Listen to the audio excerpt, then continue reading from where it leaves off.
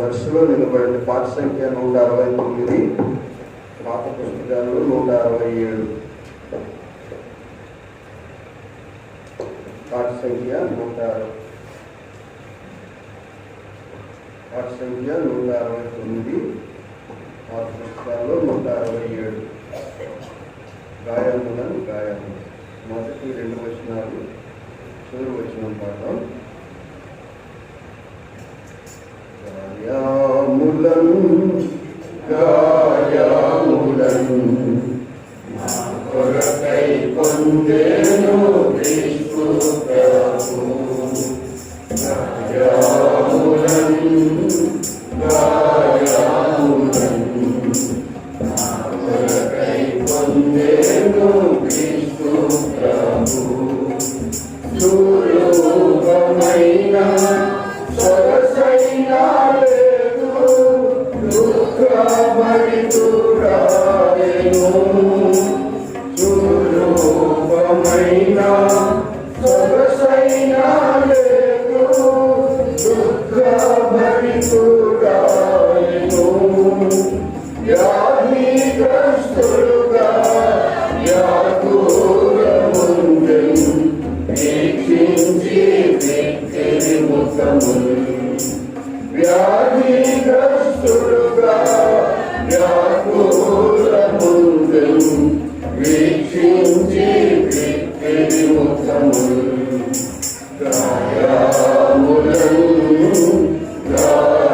గాయములను నా కొరకై పొందెను క్రీస్తు ప్రభు. గాయములను నా కొరకై పొందెను క్రీస్తు ప్రభు. మారోగములను నా దుఃఖములను మరవైతానే భరించే. మారోగములను నా దుఃఖములను మరవైతానే భరించే. కొత్తవాడేను బాధింపబడెను, ఎంతో శ్రమలుండే మనకై. కొత్తవాడేను బాధింపబడెను, ఎంతో శ్రమలుండే మనకై. గాయములను నా కొరకై పొందెను క్రీస్తు ప్రభు. గాయములను నా కొరకై పొందెను క్రీస్తు ప్రభు. క్రీస్తు ప్రేమను మరువజాలము, ఎంతో ప్రేమించే మనలా. క్రీస్తు ప్రేమను మరువజాలము, ఎంతో ప్రేమించే మనలా. సిలువపై మేము గమనించమాకు, విలువైన విడుదల కలిగే. సిలువపై మేము గమనించమాకు, విలువైన విడుదల కలిగే. గాయములను నా కొరకై పొందెను క్రీస్తు ప్రభు. గాయములను నా కొరకై పొందెను క్రీస్తు ప్రభు. దయచేసి కూర్చోండి. బైబిల్ పైకెత్తి మరోసారి పల్లవి పాడుకుందాం. గ్రంథవాక్యములని నాది. అందరము బైబిల్ పైకెత్తి. గ్రంథవాక్యములన్నీ నావి, ప్రతి అధ్యాయము వరుస సవచనము తాన దివ్య ప్రేమ వాగ్దానంబులు గ్రంథ వాగ్దానంబులన్నీ నావి. Every promise in the book is mine. Every chapter, every verse, every line. All the blessings of this ground is mine. Every promise in the book is mine. మనం బదులు ప్రవేశించే ముందు పరిశుద్ధ గ్రంథంలో నుండి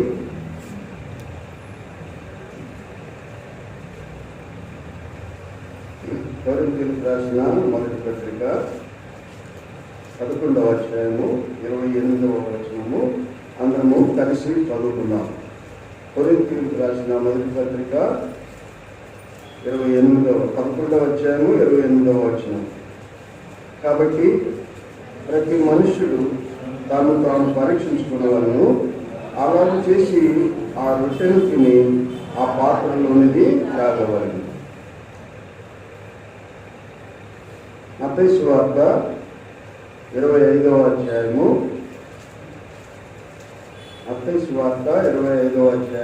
14వ వచనం నుండి 30వ వచనం వరకు మార్చి చదువుకుందాం.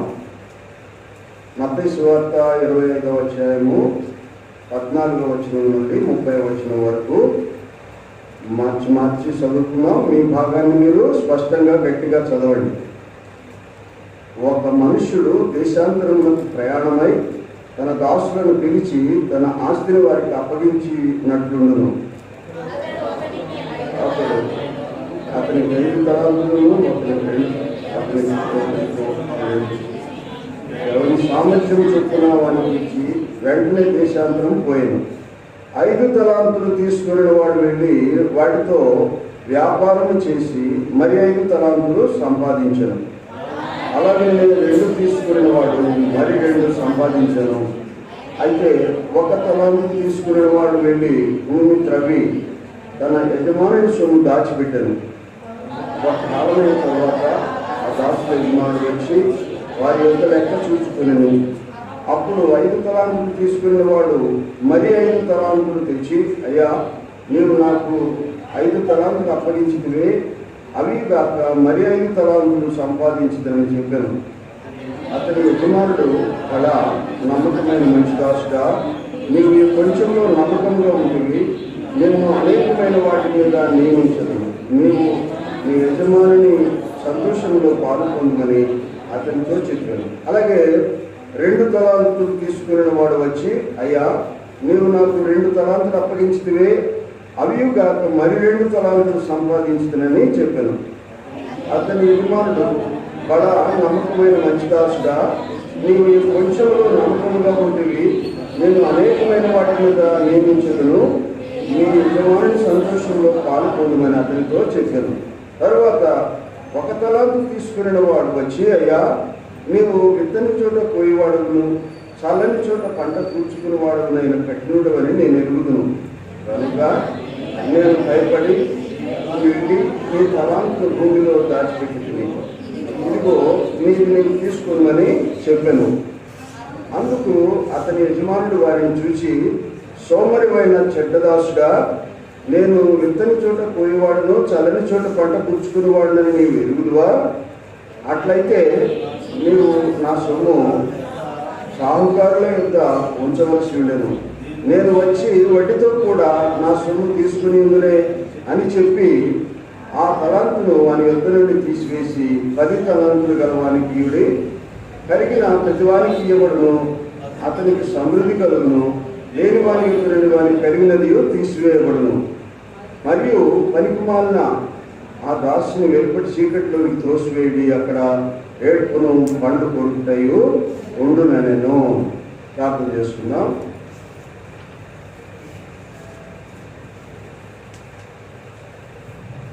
పరిశుద్ధుడైన తండ్రి, ప్రేమ గల నమ్మకమైన దేవ, మీకు వందనాలు, స్తోత్రాలు. మీ కృపను బట్టి ప్రభా దేవారాధన వర్తమానంలో దేవ ఆరాధనలో సహాయం చేస్తూ వచ్చారు. మీకు వందనాలు, స్తోత్రాలు.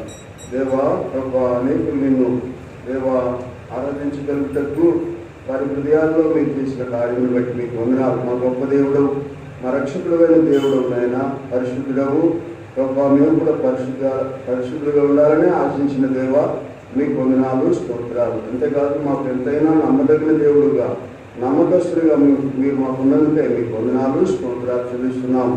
దైవ తండ్రి, దేవ సమయంలో చదువుకునే లేఖన భాగంలోని సత్యాలు మేము గ్రహించి మా హృదయాలు మేము సరిచేసుకొని కలలో పాల్గొంటుటకు మీరే సహాయం చేయమని కోరుకుంటూ యేసు ప్రభు నామములో స్తుతించి ప్రార్థిస్తున్నాము తండ్రి, ఆమేన్.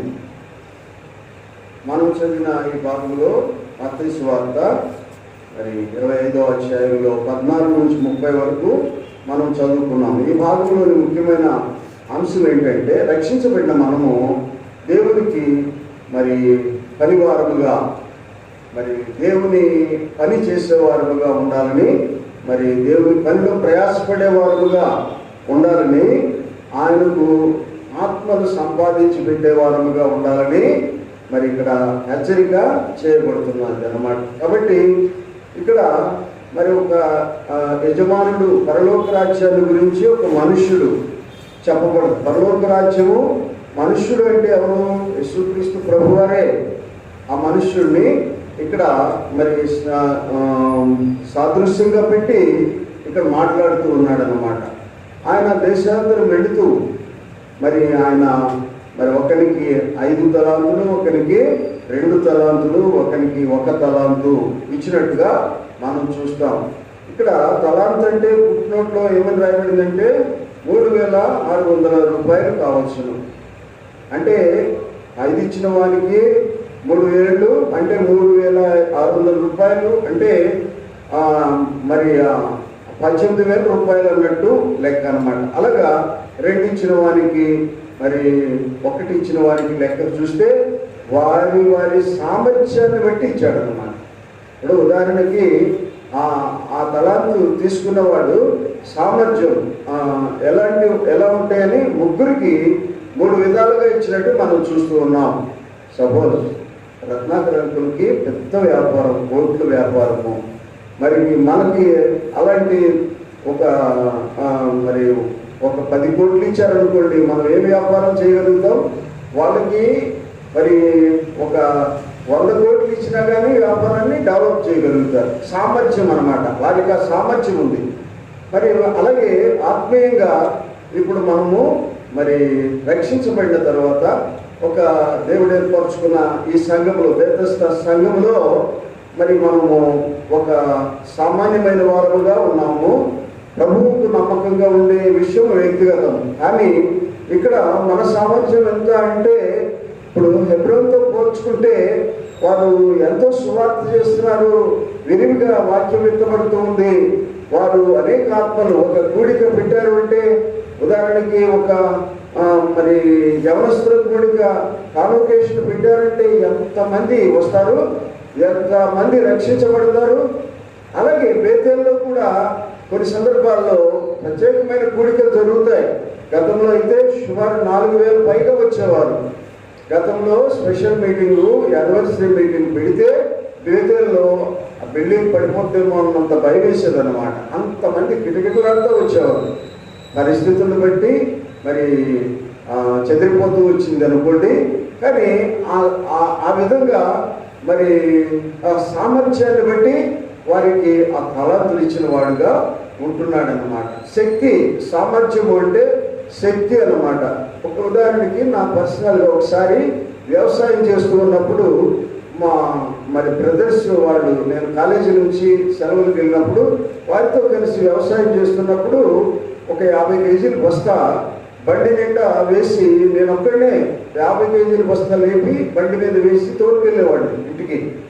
అలాగా 50 కేజీలు సులువుగా, అంటే ఇప్పుడు ఎవరు వస్తున్నాను అనమాట, కాలేజీలో చదువుతున్నా, సులువుగా వేసుకుంటున్నాను కదా, 75 కేజీలు బస్తా లేపి చూద్దామని ఇంకా లేపేసరికి నాకు శక్తి సరిపోలేదు. ఇంకా నయం, అది నా మీద పడలా, సచ్చూరుకునేవాడిని. అయితే నా సామర్థ్యం ఎంత, 50 కేజీలు బరువే లేపగలను.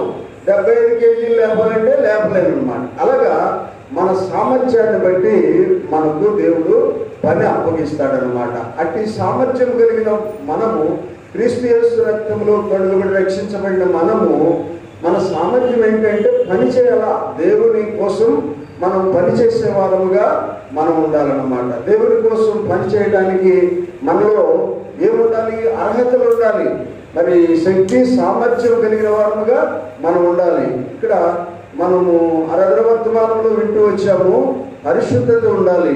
ముఖ్యంగా పరిశుద్ధత ఉంటేనే నీకు ఆ తలంతో ఇవ్వబడుతుంది అన్నమాట. పరిశుద్ధత కలిగిన వారు ప్రయాసపడగలుగుతారన్నమాట. దేవుని శక్తి వారికి ఆపాదించబడుతుంది అన్నమాట. మరి ఒక వాక్యం రోమీయులకు రాసిన పత్రిక 12వ అధ్యాయము 3, రోమాపత్రిక 12వ అధ్యాయంలో 3 నుంచి 8 వచనాలు చదువుదాము.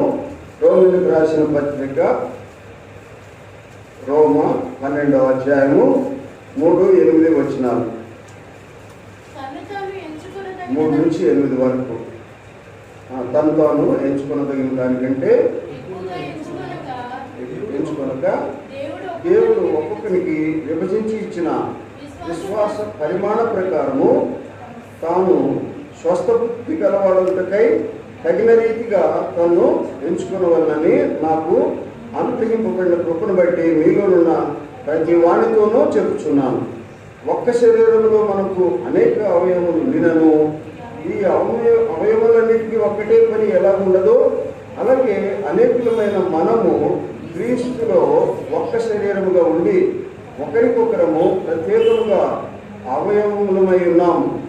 మనకు అనుగ్రహింపబడిన కృప చొప్పున వేరువేరు కృపావరములు కలిగిన వారమై ఉన్నాము కనుక ప్రవచన వరమైతే విశ్వాస పరిమాణం చొప్పున ప్రవచించము, పరిచర్య అయితే పరిచర్యలోను, బోధించువాడైతే బోధించుటలోను, హెచ్చరించువాడైతే హెచ్చరించుటలోను పని కలిగి ఉన్నాము. పంచిపెట్టువాడు శుద్ధ మనసుతో, పై విచారణ చేయవాడు జాగ్రత్తతో, కరుణించేవాడు సంతోషంతో పని జరిగింపవలెను. 9-10 కూడా చదువుదాం.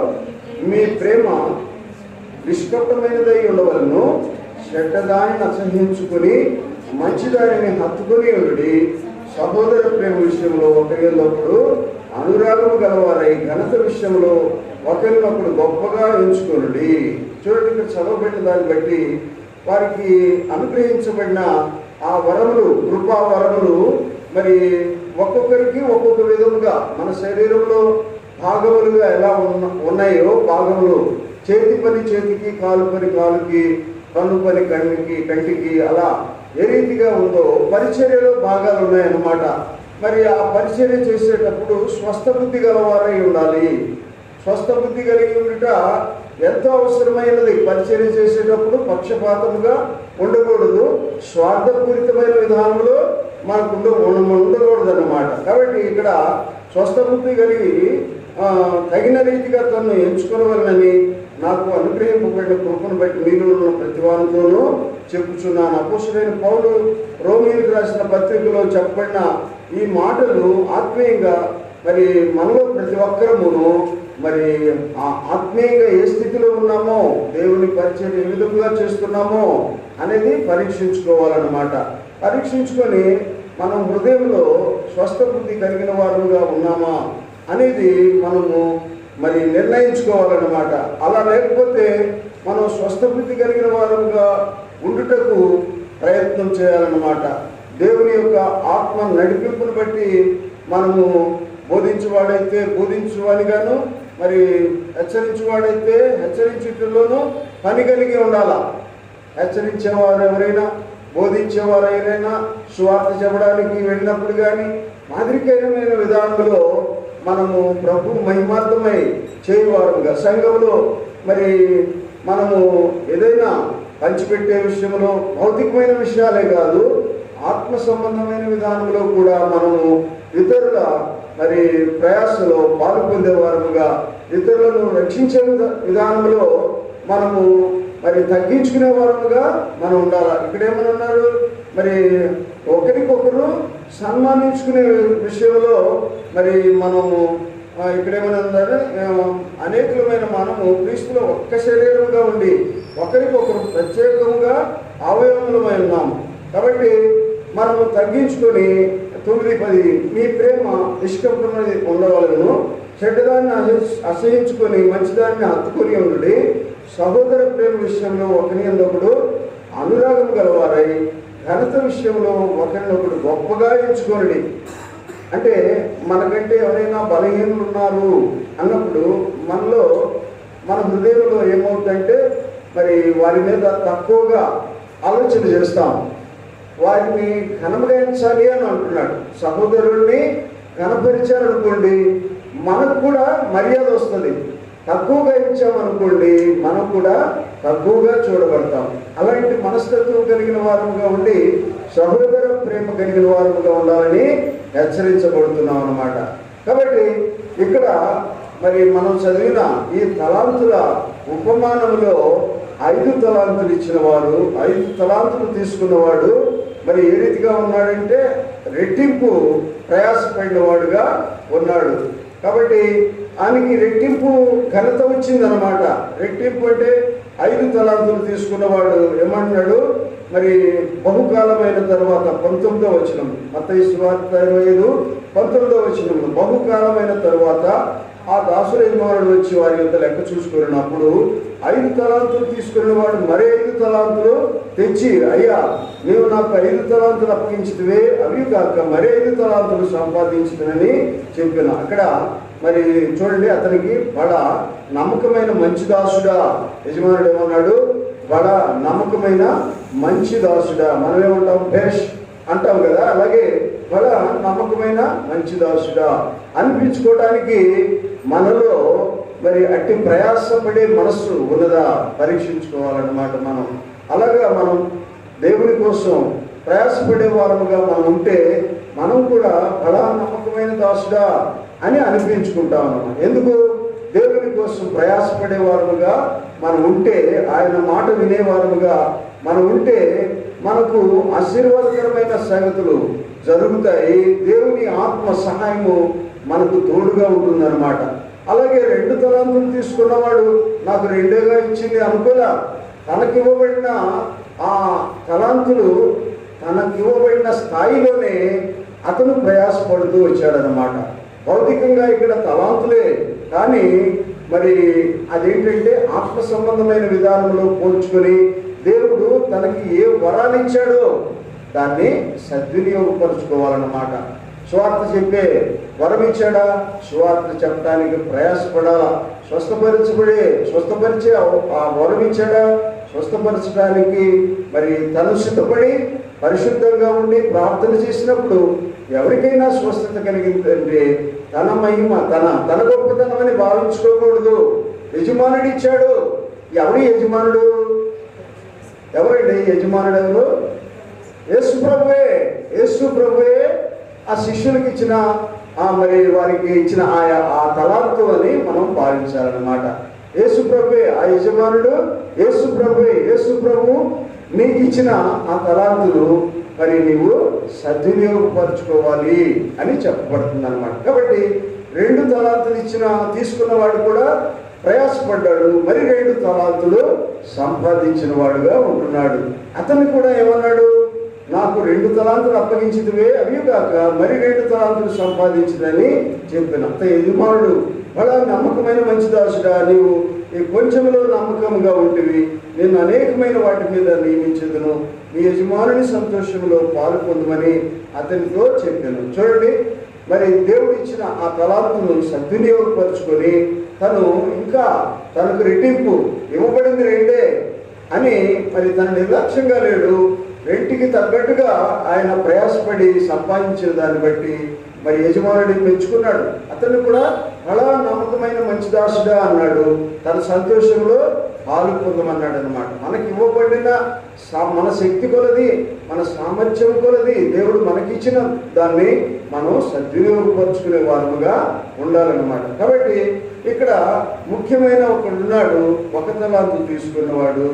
మరి 1 తలాంతు తీసుకున్నవాడు వచ్చి, అయ్యా నీవు విత్తని చోట కోయేవాడును, చల్లని చోట పంట కూర్చుకునేవాడు నైనా కఠినుడని నేను ఎరుగుదును గనుక నేను భయపడి వెళ్ళి నీ తలాంతును భూమిలో దాచిపెట్టి తిని ఇదిగో ఇది నువ్వు తీసుకున్నామని చెప్పాను. చూడండి, మరి రక్షించబడిన మనము మరి దేవుడి కొరకు ఏమాత్రము ప్రయాసపడకుండా మరి మనకిచ్చిన ఆ తలాంతును దాచిపెట్టే వారముగా ఉంటే తిరిగి యజమానుడు వచ్చినప్పుడు దానికి ప్రతిఫలముగా మనం ఏమి అప్పగించలేని వాడముగా ఉంటే మరి అట్లాంటి వాడిని ఏమంటున్నాడు ఇక్కడ?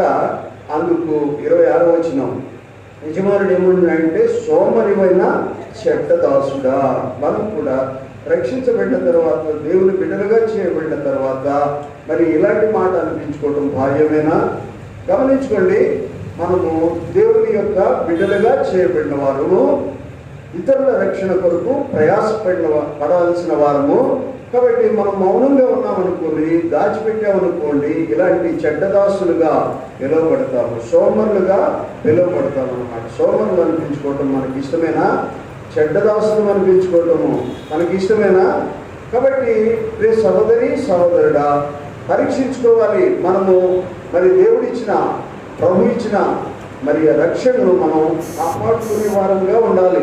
యేసు ప్రభు మనకు రక్షణ ఇవ్వడానికి, మనల్ని ఆయన బిడ్డలుగా చేసుకోవడానికి ఎంత ప్రయాసపడ్డాడు. ఆయన శిలువలో ఆయన మరి ఎంత శ్రమపడ్డాడు, కొట్టబడ్డాడు. ఆయన శరీరం అంతా దున్నబడింది, దేహమంతా. ఆయన రక్తమంతా చిందించి, పవిత్రమైన రక్తం చిందించి లోకమంతటికి రక్షణ ప్రసాదించిన వాడుగా ఉన్నాడు. నీకోసం, నీకు రక్షణ ఇవ్వడం కోసం ఆయన పడిన శ్రమ ఎంత గొప్పది అంటే, మరి నీవు పొందవలసిన శిక్ష, నేను పొందవలసిన శిక్ష, లోకంలో పాపంలో ఉన్నవారు, మరి నిత్య నరకానికి నిర్ణయమైపోయిన వారు పొందవలసిన శిక్ష మన నిమిత్తమై మరి దేవుడు తన ప్రియ కుమారుడైనటువంటి యేసుక్రీస్తు మీద మోపిన వాడుగా ఉంటున్నాడు. ఆ శిక్ష పొందడానికి ఆయన ఇష్టపడ్డాడు. ఆయనను ఆ రీతిగా నలగొట్టడానికి తండ్రి అయిన దేవుడు ఇష్టపడ్డాడు. చూద్దామా? తండ్రి అయిన దేవుడు యెషయా గ్రంథము 53వ అధ్యాయంలో, యెషయా గ్రంథము 53వ అధ్యాయము 10వ వచనము, 10వ వచనము, యెషయా గ్రంథము 53వ అధ్యాయము 10వ వచనంలో ఏమని రాయబడింది? చదవండి అందరూ.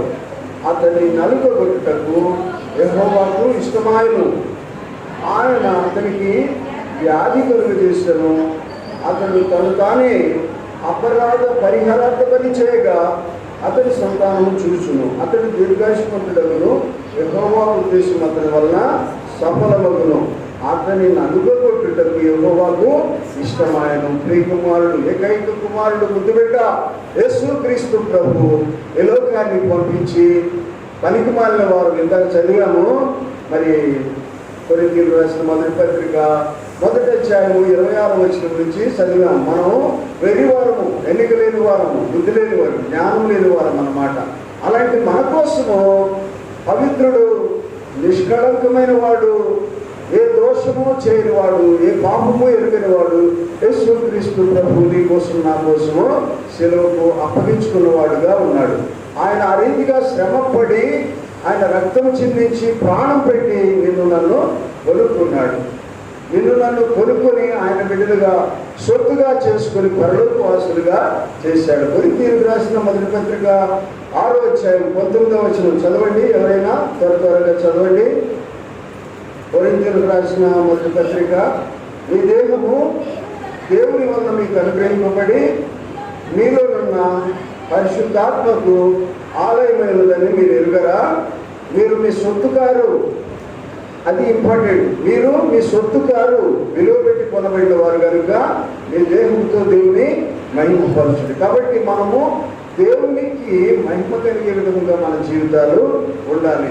ఈ ఒక్క తలాంతు, మరి ఒక్క తలాంతు దాచిపెట్టిన వాడు చెడ్డదాసుడా, సోమరివైన చెడ్డదాసుడా అన్నాడు. వాని గతి ఏమైంది చూద్దాము. వాడి చివరికి వారి పరిస్థితి ఏమైందంటే, నా సొమ్ము సావుకారులు ఎందుకు ఇస్తే నేను వడ్డీతో సహా తీసుకుని ఉందినే అన్నాడు. తర్వాత ఆ తలాంతులు వాని ఇద్దరు నుండి తీసివేసి 10 తలాంతులు గల వానికి ఇవిడి, కలిగిన ప్రతివానికి ఇవ్వబడును, అతనికి సమృద్ధి కలుగును. దేవుల్లో ఆశీర్వదించబడేవారు ఇంకా ఆశీర్వదించబడతారన్నమాట. మరి దరిద్రంగా ఉండే ఇలాంటి వారు, సోమరులుగా ఉండే ఇలాంటి వారు దరిద్రత మీద దరిద్రత, రోగం మీద రోగం, శాపం మీద శాపం వచ్చి పడతాయి వీళ్ళకి. ఎందుకంటే దేవుని పని చేయట్లా, దేవుని ఎరిగి ఉండి కూడా వారు దేవుని పని చేయట్లేదు. కాబట్టి సోమరిగా మరి చెడ్డదాసుగా అనిపించుకునే విధముగా ఉన్నారనమాట. చూడండి ఇక్కడ 30వ వచనంలో, మరియు పనికిమాలిన దాసుని వెలుపటి చీకట్లోనికి త్రోసివేయుడి. మరి ఇంకా యేసు ప్రభువుని ఎరుగకుండా ఉన్నవారు ఎవరైనా ఉంటే మరి ఎక్కడ తోసివేయబడతారంటే చీకటిలో. పండ్లు కొరుకుట, ఏడుపు అక్కడ ఉంటుందన్నమాట. అయ్యో అయ్యో అనే స్థలంలో, అరిచే ఆ స్థలంలో మరి అజ్ఞానులు, పురుగు చావులు అనే అగ్నిగుండంలో పాలు పొందేవారుగా ఉంటారు. ఎందుకు? యేసు ప్రభువునందు వారు రక్షణ అనుభవంలోనికి రాలేదు కనుక. యేసు ప్రభువును అంగీకరించకుండా, రక్షించబడకుండా ఇంకా జాబ్ చేస్తూ ఉన్నవారు ఎవరైనా ఉంటే యేసు ప్రభువులోనికి రావాలని మనవి చేస్తూ ఉన్నాం. ఎందుకంటే యేసు ప్రభువులో ఉంటేనే, మరి వాడలో ఉంటేనే మనకు రక్షణ అని బాగు చెప్పిన విధముగా మరి యేసు ప్రభువులో ఉంటేనే మనము రక్షించబడతాం. రక్షించబడిన మనము ఆయన కోసం పడేవారుగా ఉండకపోతే ఇక్కడ ఏమన్నాడు? మరి ఆ పనికి మాలిన దాసుడు, సోమరైన చెడ్డదాసుడు అని. కాబట్టి ఈ మాటలు మనము అనిపించుకోవడానికి మనము రక్షించబడిన వారము ఇతరులకు మాదిరికరంగా ఉండాలా. దేవుడి కోసము మనం ప్రయాసపడే వారముగా ఉండాలా. మనం ప్రయాసపడే వారముగా ఉంటే 5 తలాంతులు తీసుకున్న వాళ్ళు ఏ రీతిగా మరొక 5 తలాంతులు సంపాదించి మరి ఫలా నమ్మకమైన మంచి దాసుడా అని అనిపించుకొని యజమాని సంతోషంలో పాల్పొందేవాడుగా ఉన్నాడు. అలాగే మనం కూడా ఫలించే వారంగా ఉంటే దేవుడు మనలను మెచ్చుకుంటాడు, ఆయనకు మహిమ కలుగుతుంది అన్నమాట. యోహాను సువార్త 15వ అధ్యాయంలో చూస్తే మరి 1 నుంచి 6 వచనాలు చూద్దాం. యోహాను సువార్త 15వ అధ్యాయము ఎవరైనా చదవండి దయచేసి. 15:1 నుంచి, నేను నిజమైన ద్రాక్షవల్లిని, నా తండ్రి వ్యవసాయకుడు. నాలో ఫలింపని ప్రతి తీగను ఆయన తీసి పారవేయును.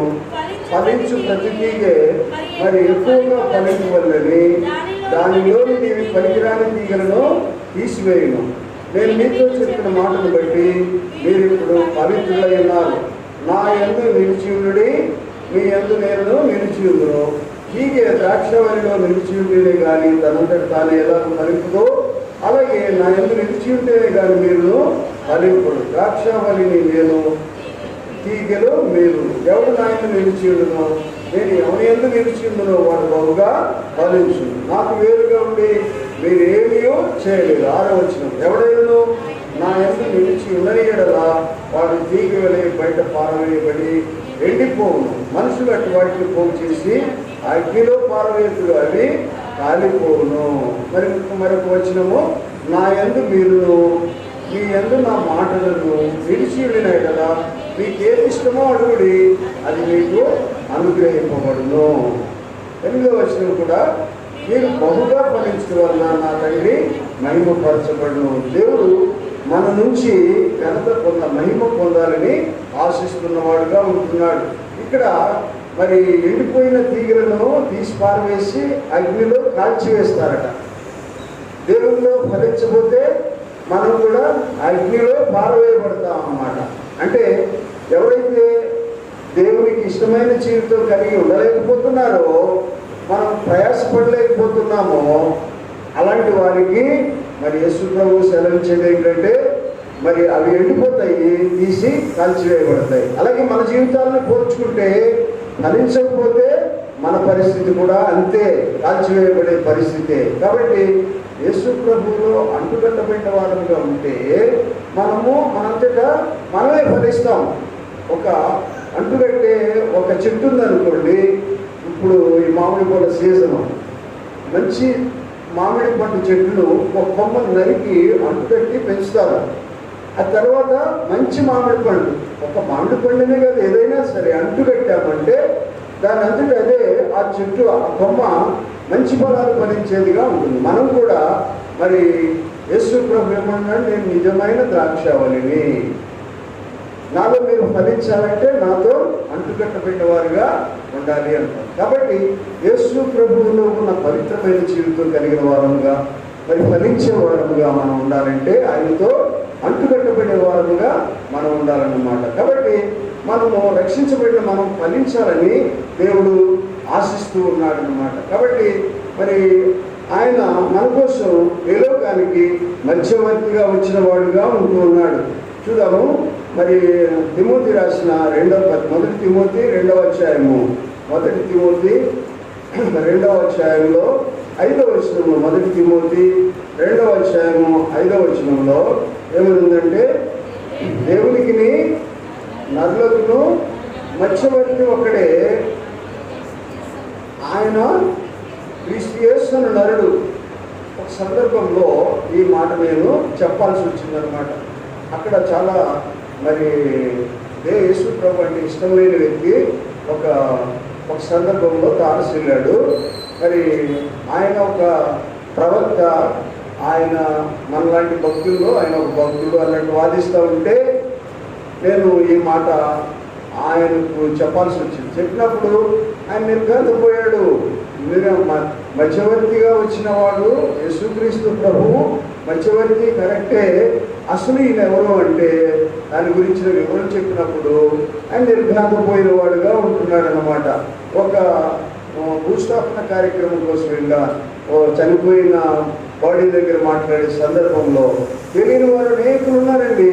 మరి వారు నమ్మిన సిద్ధాంతాలని, వారు పూర్వీకులు అవలంబిస్తున్న సిద్ధాంతాలని వారు అవలంబిస్తూ వారు యేసు ప్రభువునందుకు మరి వారు రాలేకపోతూ ఉన్నారన్నమాట. ఎందుకంటే వారి కుల కట్టడలు, మరి వారికి ఉన్న గొప్పతనము, వారికి ఉన్న ఐశ్వర్యము ఆటంకం అవుతూ ఉందన్నమాట. వాళ్ళకి యేసు ప్రభు అనే మాట ఉచ్చరించడానికి, అంగీకరించడానికి వారికి ఇష్టం ఉండదన్నమాట. కానీ దేవునికి, సృష్టికర్త అయిన దేవునికి మానవునికి మధ్యవర్తిగా యేసుక్రీస్తు ప్రభు వచ్చాడు. ఆయనే క్రీస్తు యేసును నరుడు. ఆయన 100% నరుడిగా ఈ లోకంలో 33.5 సంవత్సరాలు జీవించాడు. ఆయన దైవ కార్యాలు, చనిపోయిన వారిని కూడా తిరిగి లేపాడు. అనేక మంది రోగుల్ని స్వస్థపరిచిన వాడుగా ఉన్నాడు.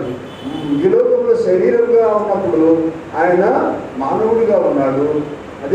అదే సమయంలో దేవుడుగా ఆయన కార్యాలు నిర్వహించగలిగాడు అన్నమాట. కాబట్టి అట్టి దేవుడు యేసుక్రీస్తు ప్రభు నీ కోసం, నా కోసం తగ్గించుకొని ఈ లోకానికి వచ్చి మన రక్షణ కోసం, మనకు పరలోక రాజ్యం ఇవ్వడం కోసమని ఆయన శిలువలో మరణించిన వాడుగా ఉంటున్నాడు. కాబట్టి ప్రియ సహోదరి, సహోదరుడా, ఆ తలాంతులు తీసుకున్న వారు ప్రయాసపడి నమ్మకమైన మంచి దాసుగా అనిపించుకున్నట్టు మనం కూడా మన స్థాయికి తగిన విధముగా, మన సామర్థ్యానికి తగిన విధముగా మనము ప్రయాసపడాల్సిన వారుగా ఉంటూ ఉన్నాం. మరి ప్రస్తుత దినాల్లో మనకు తెలుసు, దేశంలో, ప్రపంచంలో పరిస్థితులన్నీ క్రైస్తవులకు వ్యతిరేకంగా ఉంటూ ఉన్నాయి. నీతిగా, భక్తిగా, యథార్థంగా బ్రతకాలంటే మనకైతే క్షేమంగా ఉన్నాం. ఇలా కూరుకుని కొన్ని మరి ఉత్తర భారతదేశంలో మరి ఆయా చోట్ల కొన్ని కంట్రీస్లో అసలు ప్రార్థన చేసుకోవడానికి అవకాశమే లేదు. అలాంటి పరిస్థితుల్లో ఉండి ఎంతో హింసపడుతున్న వారి కొరకు మనము ప్రార్థించాల్సిన వారుగా ఉంటూ ఉన్నాం. అయితే దేవుడు అక్కడ సమీపంగా ఉంది. కొన్ని సందర్భాల్లో ఎవరిని ఆయన ఆకర్షిస్తాడో వారు ఆయన ఎందుకు వెళ్ళేవారుగా ఉంటారన్నమాట. కాబట్టి ఆయన్ని ఆరాధించడానికి మనకి ఇవ్వబడిన ఈ సమయాన్ని బట్టి మనం ఎంతో కృతజ్ఞులమై ఉండాలన్నమాట. దేవునికి ఎంతో మరి రుణపడిన వారుగా మనం ఉండాలన్నమాట. ఇంకా యేసు ప్రభువుని గురించిన సత్యం తెలియని వారు ఎవరైనా ఉంటే యేసు ప్రభువుని తెలుసుకోవడానికి, మరి హృదయంలో ఆయన్ని చేర్చుకోవడానికి వారి హృదయాలు మరి తెరిచేవారుగా ఉండాలి. ఈ లోకం గతించిపోతూ ఉంది, సమయము చాలా సమీపముగా ఉన్నది. కాబట్టి మనము ప్రభువు హృదయంలో చేర్చుకొని ఆయన కొరకు ప్రయాసపడేవారుగా మనం ఉండాలి. మొట్టమొదట మన వ్యక్తిగతమైన రక్షణ కాపాడుకోవాలి. మరి ఇతరులకు అట్టి దేవుని యొక్క ప్రేమను తెలియజేసేవారుగా మనం ఉండాలన్నమాట. చూడండి, 5వ అధ్యాయము, యోహాను సువార్త 5వ అధ్యాయము 24వ వచనం. యోహాను సువార్త 5వ అధ్యాయము యోహాను సువార్త 5వ అధ్యాయము 24వ వచనంలో చదవండి. నా మాట విని నన్ను పంపిన వాని యందు విశ్వాసం ఉంచువాడు నిత్య జీవము గలవాడు, వాడు తీర్పులోనికి రాక మరణంలో నుండి జీవములోనికి దాటి ఉన్నాడు. చూడండి, నా మాట విని నన్ను పంపిన వాని యందు విశ్వాసం ఉంచువాడు నిత్య జీవము గలవాడు, వాడు తీర్పులోనికి రాక మరణంలో నుండి జీవములోనికి దాటి ఉన్నాడు. ఎంత స్పష్టంగా యేసు ప్రభువు సెలవిస్తూ ఉన్నాడంటే, వాడు తీర్పు నుండి తీర్పు తప్పకుండా ఉంది అందరికీ. కానీ యేసు ప్రభువు నందు విశ్వాసం ఉంచిన వారికి తీర్పు నుంచి తప్పించబడతాడని ఇక్కడ ప్రభువే చెప్తూ ఉన్నాడు. యోహాను సువార్త 5:24 ప్రకారం మనం చదివిన విధంగా. కాబట్టి ఆయన మాట వింటే మనకి క్షేమం అన్నమాట. ఆయన చెప్పిన విధంగా చేస్తే మనకు మరి రెట్టింపు ఘనత వస్తుంది అన్నమాట. ఆయన మాట వింటే ఏంటంటే ద్వితీయోపదేశకాండము 28వ అధ్యాయంలో ఆయన మాట వింటే కలిగే మేలులేంటో ఇక్కడ చెప్పబడ్డాయి. అందరికీ తెలిసిన విషయమే. ఈ విషయం ఎవరైనా మరి చదివి ఉంటే వారికి గ్రహింపు అవుతుంది అనమాట. 28వ అధ్యాయంలో మరి మొదటి వచనం ఏమనుంది? నీ దేవుడైన యెహోవా మాట శ్రద్ధగా విని నేడు నేను నీకు ఆజ్ఞాపించుచున్న ఆయన ఆజ్ఞలన్నిటిని అనుసరించి నడుచుకుని ఎడల నీ దేవుడైన యెహోవా భూమి మీదనున్న సమస్త జనుల కంటే నిన్ను హెచ్చించును. తర్వాత ఆశీర్వాదాలు ఉన్నాయి.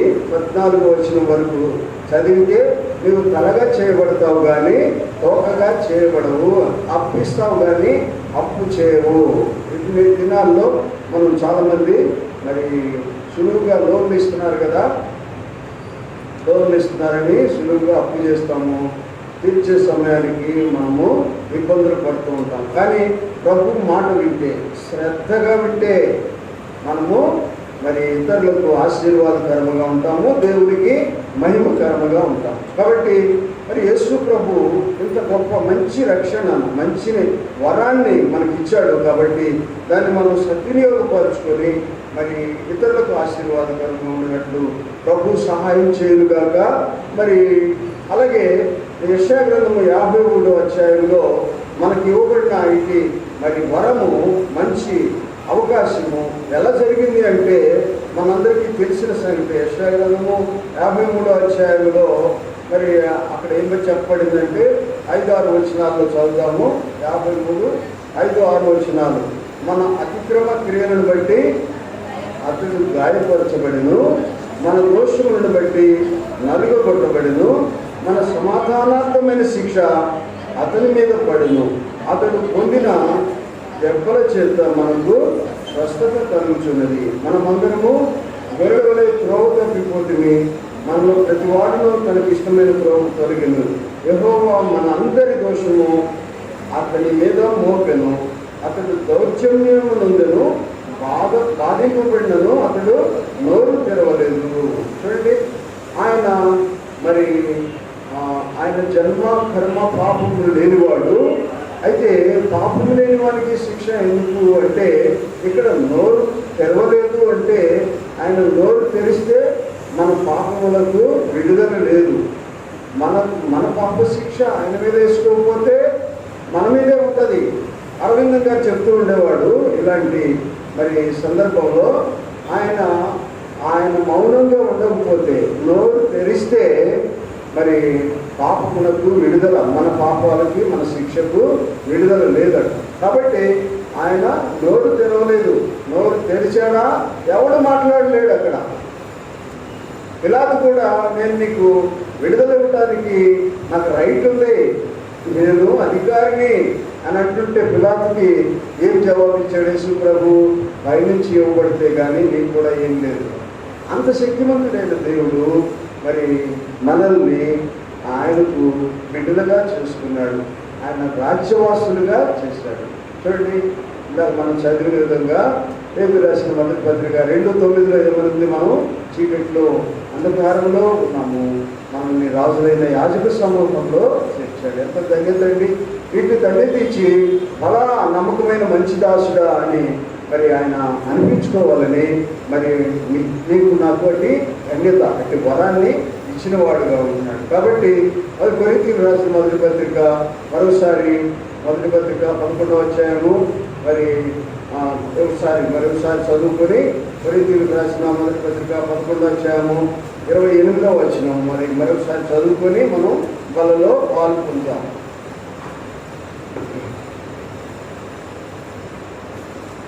కాబట్టి ప్రతి మనుషులు తను తాను పరీక్షించుకునే వాళ్ళు ఆలోచన చేసి రొట్టెను తినే పాత్రలోనిది రాగాలి. మనల్ని మనం పరీక్షించుకొని మనం ప్రభువు తగినట్టుగా మనం ఉంటున్నామా, అలా నమ్మకమైన మంచి దాసుడా అని అనిపించుకుంటున్నామా, సులువుగా చిక్కులు పెట్టే పాపంలో పడిపోయే వారంగా ఉంటున్నామా, దేవునికి మరి పరిశుద్ధత లేకుండా పవిత్రత లేకుండా జీవిస్తూ దేవుణ్ణి అవమానపరిచే వారంగా ఉండి సోమరివైన చెడ్డదాసుడా అని అనిపించుకుంటున్నామా, పరీక్షించుకొని ఎక్కడ ప్రభువుకు మనకు మహిమ లేకుండా జీవిస్తున్నామో ఆ విషయంలో పరీక్షించుకొని దిద్దుకొని క్షమించమని ప్రభువుని వేడుకొని మనం బలలో పాలు పొందుటకు, ఆయన రక్తమాంసాల్లో పాలు పొందేవారుగా ఉండటకు ప్రభు మనకు సహాయం చేయునుగాక. ప్రార్థనలో మోకరిస్తాం, ప్రార్థనలో ఉన్నాం, బలలో పాలు పొందుటకు సిద్ధపడతాం.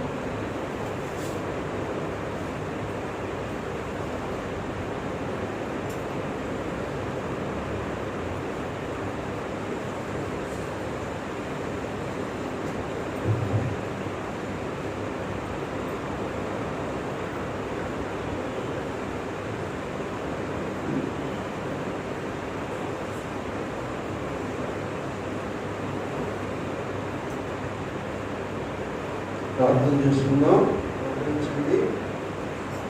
వాక్యం ప్రకారంగా హృదయాలు పరిశీలన చేసుకోండి. పరిశుద్ధమైన తండ్రి, దేవుల దేవ, వందనాలు, స్తోత్రాలు. మీ కృపను బట్టి మాకు సహాయం చేస్తూ వచ్చారు. మీ వందనాలు, స్తోత్రాలు. దైవ తండ్రి దేవ, మరి మేము ఈ రక్తమాంసాల్లో పాల్గొనే వారంగా ఉన్నప్పుడు మా హృదయాలని సరిచేసుకుంటూ మాకు ఇచ్చిన సమయాన్ని బట్టి మీ వందనాలు, స్తోత్రాలు చెల్లిస్తున్నాం. దేవాన్ని చిత్త ప్రకారంగా మమ్మల్ని లోకంలో నడిపిస్తూ దేవా దొరికిపోయిన పరిస్థితులను సరిచేసుకోవడానికి మాకు ఇచ్చిన ఈ సమయాన్ని బట్టి మీ వందనాలు, స్తోత్రాలు చెల్లిస్తున్నాం. మేము కూడా బల నమ్మకమైన మంచి దాసుగా అనిపించుకోవడానికి మీరే మీ పరిశుద్ధాత్మ నడిపిస్తూ సహాయం దయచేయమని మా దోషులను పరిహరించి రక్తం ప్రోక్షించి ప్రభావం పవిత్రంగా చేసి రక్తమాంసాల్లో ఆదివారమై బలవంతులమై ఆత్మీయంగా శక్తివంతులమై జీవించడం సహాయం చేయమని యేసు ప్రభు నామములో స్తుతించి ప్రార్థిస్తున్నాము తండ్రి, ఆమేన్. ప్రభువైన యేసు, నేను మీకు అప్పగించిన దానిని ప్రభు వల్ల పొందింది. ప్రభువైన యేసు తాను అప్పగింపబడిన రాత్రి ఒక రొట్టెను ఎత్తుకొని కృతజ్ఞతాస్తుతులు చెల్లించి దానిని విడిచి, ఇది మీ కొరకైన నా శరీరము, నన్ను జ్ఞాపకం చేసుకున్నట్టుగా చేయడని